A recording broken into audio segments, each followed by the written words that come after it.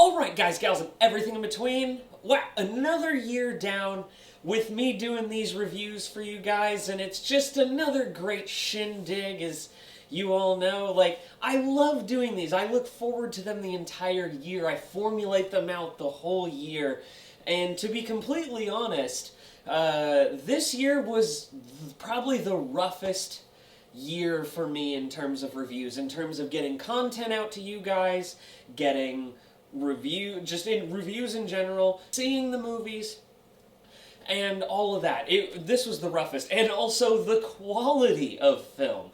2016 started out with a ton of promise, and then no, it just didn't happen.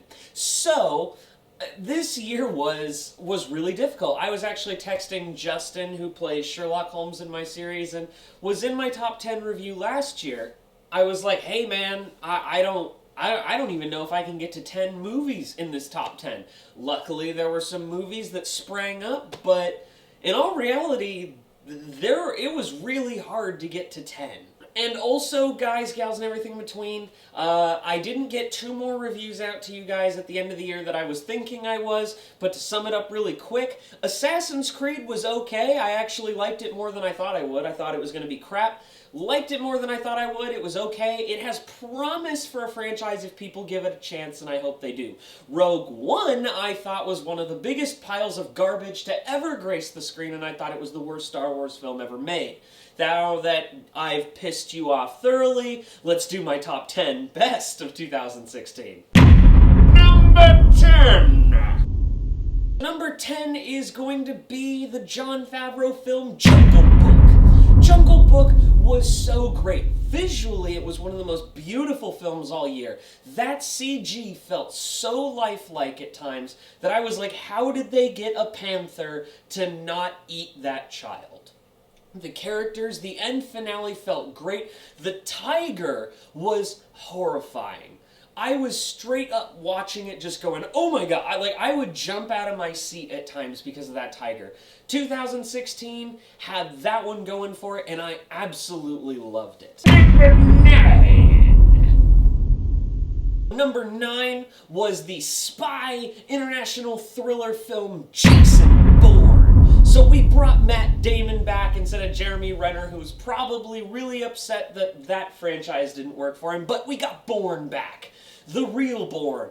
And this film, to me, while some didn't like it, I honestly thought that it had impact. Like, I really enjoyed. The fight scenes were so brutal. They were well filmed. The shaky cam was done masterfully. Like, normally, shaky cam is really annoying, but Jason Bourne did it so well because Paul Greengrass was back at the helm, he had his team, and they know how to make it. Like, that whole scene where he's fighting with the chair in the apartment, spot on. And the moment I watched that fight scene, I said, yeah, top 10 list right there, because just the bam, bam, like, it's brutal. And I loved it. Every minute of it, because Bourne just is a lot more visceral than James Bond is, and that's one thing I really liked about it, that to me, it feels like it hits a lot harder. Like, instead of a slap, it's a punch to the gut. Number 8!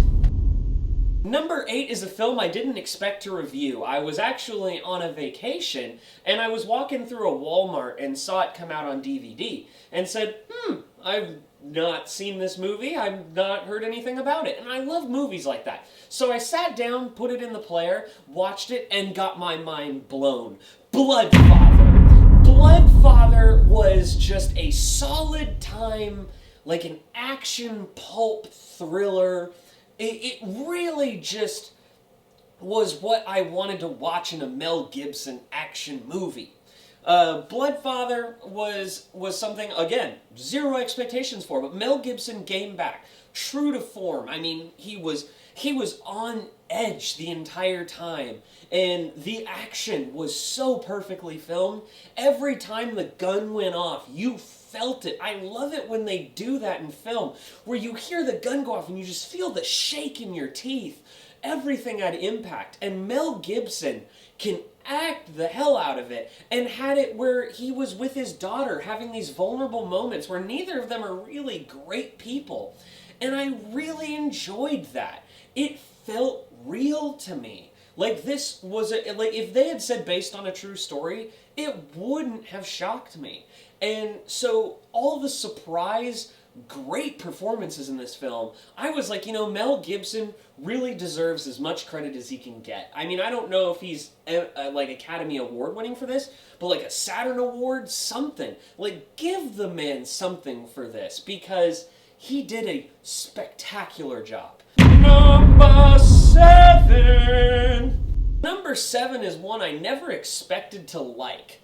And when I saw it and watched it, I said, holy crap, that actually was awesome. And that movie is The Shallows. Oh yes, I do not usually expect shark thrillers to work. But The Shallows did. It reminded me of Jaws, and that's a great compliment.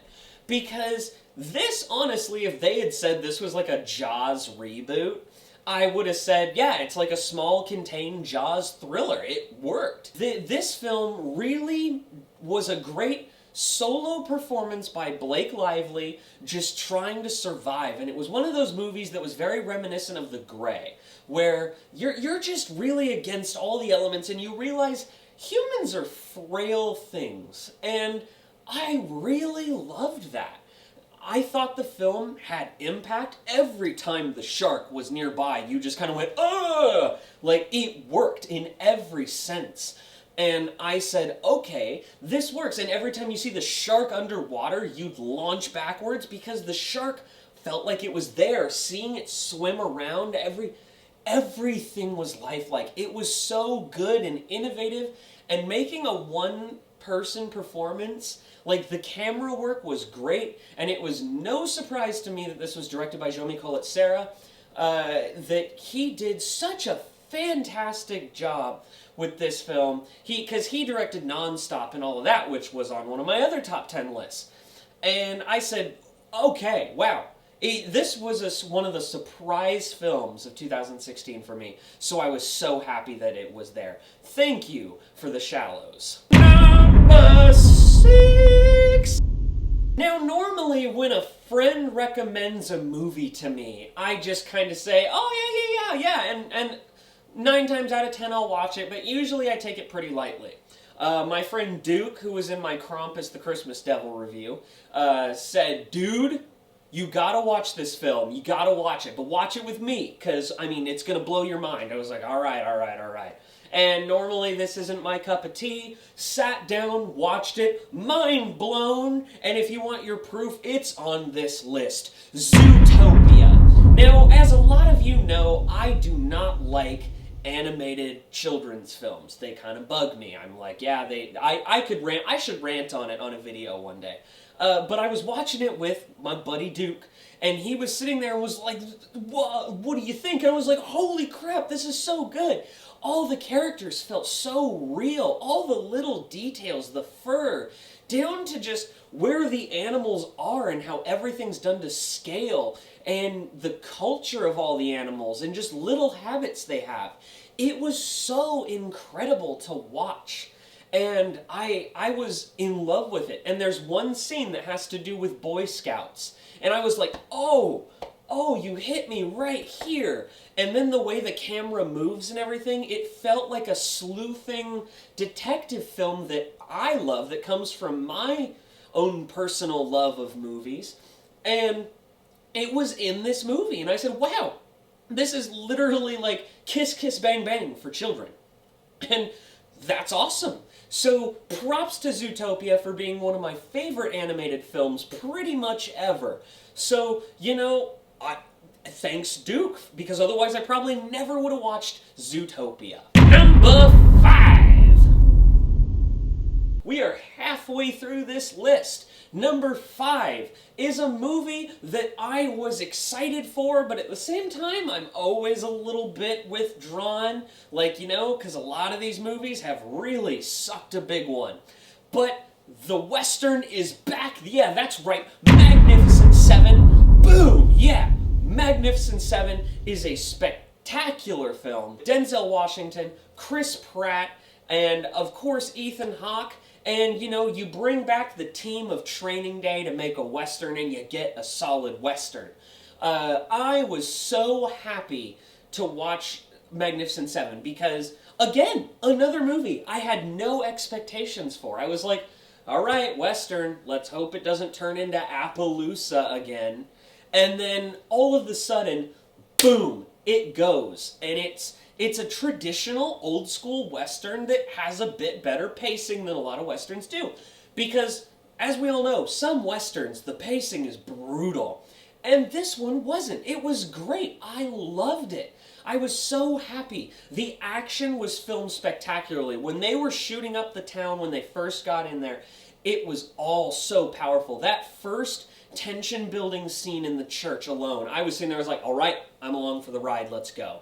Those kinds of movies are really something special to me because when you can make me automatically care in that first scene, I already know I'm along for the ride. And that is something Magnificent Seven did well when I wasn't expecting it to. Chris Pratt, I cared about every character in this film. And I thought that Denzel Washington was a perfect choice for the lead. And watching him play this damaged character, it had all the impact and I loved it. And every character, when bullets started flying and characters had certain fates, I was like, it hit me every time, and that is really hard to do in a movie. Number 4! Alright, so number 4, I was so excited that this movie was amazing. It's one of those movies that I think deserves a lot of Academy Awards. That film is Arrival. Arrival is based off a short story. I read the short story, and they're kind of similar. They're done in the same spirit of each other, and it was done perfectly. I actually think the movie was better than the story. So, Arrival was just this movie that reminded me of my love of extraterrestrials. As a lot of you know, I am a sucker for movies about first contact. And this film felt like one of the most realistic modern interpretations of how we would react if extraterrestrials just showed up one day. And I loved all of that first third of the film, everyone's reactions to these aliens arriving. And it felt so real to me. And this director, Denis Villeneuve, I will never pronounce his name correctly. His films are so perfect and grounded in reality. His films are so perfect and grounded in reality that each time that they're on screen, there's something going on that you are automatically along for the ride. And his visuals are perfect. I just really love his movies. I was actually debating on putting this higher on the list, but there's some on the list that they royally. This chunk of 4 are all of the ones that I am like, when I walked out of the movie, I was like jumping and cheering from seeing it in theaters. Like all of the next ones, including this one. I was like, whoo, as it came out because I love this kind of movie. And this movie reminded me of why I love movies and the original idea of how do we talk to extraterrestrials? Because that's something that a lot of movies skip over. It's like, yeah, whatever. Deal with it. So, here we go. But I really love the way they approached it and all of the care that went into it. It felt real to me. And so I felt like I watched a biopic happening, and I still have questions about the movie, and I mull them over in my head, and I talk to them to people who've seen Arrival. It's one of those movies that is going to last. Number 3! Number 3 for me is a film that when I watched it at the beginning of the year, I said, bam, this is going to sum up 2016 for hitting hard. And I said, all right, let's do this. And it was a masterpiece. And I never thought I'd say that about the director, Michael Bay. So yes, Number 3 is 13 hours. 13 hours was just an incredible experience.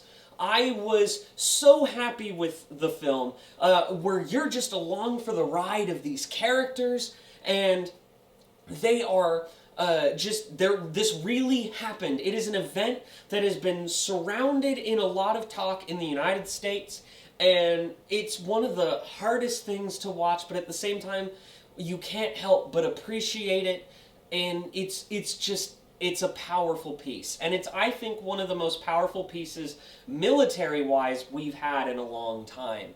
I think it's going to deserve a lot more credit than it'll probably get.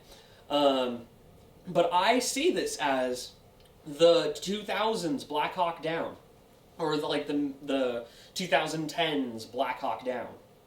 It is one of those powerful films that when you put it in, everybody's along for the ride because they cannot believe this really happened, and it did. It's a powerful and beautiful film that I think is relevant and important today. Number 2. Number 2 was a film that I really had low expectations for as a fan, went in and got my mind blown. That is Star Trek Beyond. Star Trek Beyond was a movie that when they in the trailer said, from the director of Fast and Furious, I was like, Star Trek Beyond ended up being incredible. It was an original Star Trek story it was a classic Trek story. The Enterprise crew is stranded, so it wasn't just the same formula over and over again. And I actually understand now why J.J. Abrams passed on the torch, because he was like, all right, I made the same movie, so like this is my formula for the movies. I want to see what you do it. So Justin Lin absolutely took it and ran with it, and Simon Pegg wrote it, and it was just amazing to watch. The impact, when my girlfriend and I were watching it, and it's in the trailer, so it's not a spoiler, when the Enterprise gets destroyed, she, as a person who doesn't normally follow like Star Trek or Star Wars or anything like that, she was sitting there and watching it get destroyed, and she like tensed up and looked at me and was like, they destroyed the Enterprise. And I was sitting there watching it, and I was like, yeah, I know, I didn't expect that, even though I saw it in the trailer. They still perfectly paced the film out. Idris Elba was a compelling enough villain, though I didn't think he was good as Benedict Cumberbatch, but that's beside the point. But all in all, just the pacing, the movie kept moving, and it was fast and intense. And so I absolutely loved it. It was great. And I in the end, walked out of it and said, wow, that's one of the best surprises, when you don't expect to like a movie and you walk out and you say, holy crap, that was amazing. And it was so amazing, it made it to number 2 on my list. So thank you, Star Trek Beyond. Number 1! Alright, guys, gals, and everything in between. This is it for the top 10. The number 1. Numero uno. For me, the best film of 2016. It was a movie that I was never expecting, that I had been hoping would be made for so long, and it happened. And if you want to call me a fanboy for putting it at number 1, then fine, call me a fanboy, but number 1, the best movie of 2016 for me was 10 Cloverfield Lane. Oh yeah! 10 Cloverfield Lane is a movie that was unprecedented. It hit us out of nowhere. We were just like, holy crap, this movie's happening. Walked in, sat down, I was scared to death because I do not want something to be messing with my boy Cloverfield. And then this happened, and it was so glorious. Every experience, I remember saying in my review, head to toe sweat. You guys loved what I had to say about it. My insight on Cloverfield, just every tidbit. They had stuff for fans like me who just mull over hundreds of hours of ARG and all of this. And then they had stuff for just casual people who don't. And there's people who don't like Cloverfield who love 10 Cloverfield Lane. It's a movie for everybody. It's that old Alfred Hitchcock style thriller. It is a masterpiece because every piece of it is just perfectly directed. All of the choices, you could just tell Dan Trachtenberg is a name that will hopefully become a household name with 10 Cloverfield Lane. I want to see more from Cloverfield Universe, and I am. And it's just, this movie put Cloverfield back on the map for people. And I was watching it, and it was, this movie, I say it every top 10 list, this movie perfectly sums up why I love going to the movies. Because going to the movies to me is just a magical experience, and why I love movies, 10 Cloverfield Lane sums it up perfectly. It was an inspiration to watch 10 Cloverfield Lane. Alright guys, gals, and everything in between, I cannot believe it. Another top 10 done. This is crazy to me. I can't thank you guys enough for being along with this journey. I hope you guys enjoy the 2017. I hope you enjoy this list. Thank you all so much for being along for the ride. Alright, so don't forget to like and subscribe. Got plenty more videos coming to you. Love you guys.